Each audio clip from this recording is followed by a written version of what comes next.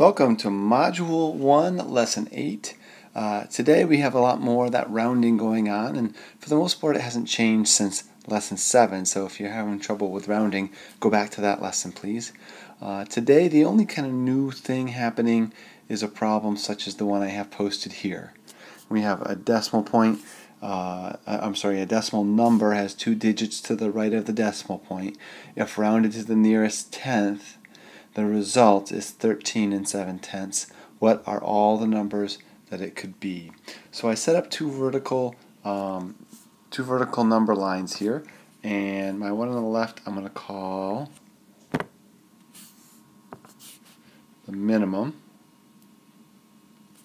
and the one on the right I'm going to call the maximum.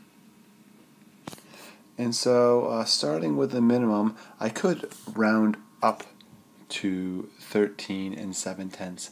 In other words, it could be a number that is in between 13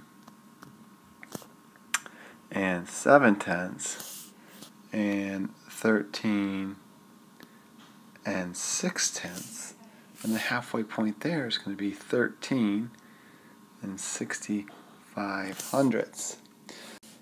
Well, it turns out that 13 65/100 happens to be sort of the turning point. That number we round up to 13 7/10.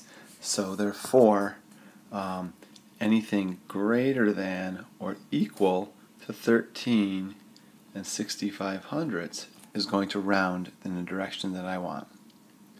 Now on the other end of things, I could put on my number line 13 7/10 up to 13 8/10, and the midpoint there is 13 75/100.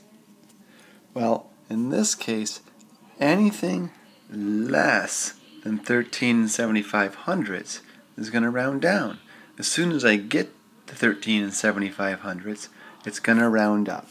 So even numbers such as 13 7 4 9 9 9, that's going to round down very close to it. But as soon as I hit 13 75/100, it goes up. So in this case, anything less than 13 75/100 is going to round to the number that I'm looking for. So I have my answer over here. All the numbers greater than or equal to 13 65/100 or less than 13 75/100 will round to 13 7/10. And notice I couldn't possibly list them all. There's an infinite number of numbers in between that range. But this description here will cover them all. And that's it for today's lesson.